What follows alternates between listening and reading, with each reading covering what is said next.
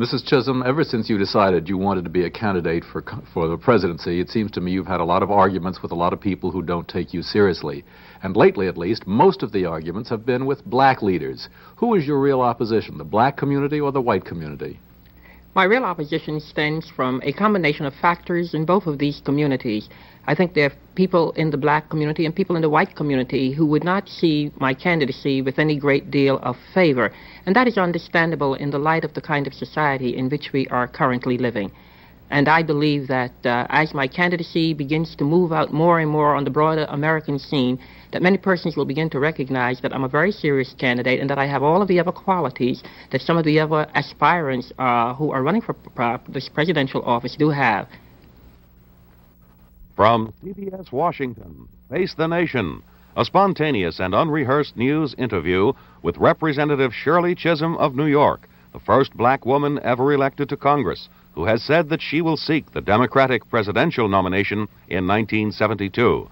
Representative Chisholm will be questioned by CBS News correspondent Hal Walker, Paul Hope, political correspondent of the Washington Evening Star, and CBS News correspondent George Herman. We shall continue the interview with Representative Chisholm in a moment. Mrs. Chisholm, the Black Caucus finished a meeting here, a two-day meeting here in Washington just recently. During the course of it, you felt yourself, I think, excluded from some of the activities there. You got rather angry. There's a now fairly famous picture of you in a state of considerable agitation. Did you find that there was something political, or was this what Women's Lib likes to call male chauvinism? It's a combination of both of these things.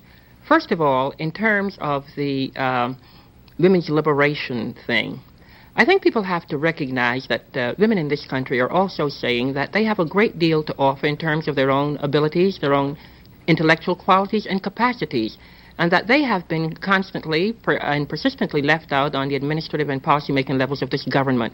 And just as the women's movement today are saying women want in on the top, blacks are also saying the same thing. It happens that I am simultaneously a woman and a black person, and this is causing a great deal of concern. Many persons have to recognize that even though in their own inherent basic attitudes towards women in this society that they do not feel their place is in the political arena, they have to recognize that I do exist. And what happened this past weekend in the Black Political Leaders Conference is the fact that all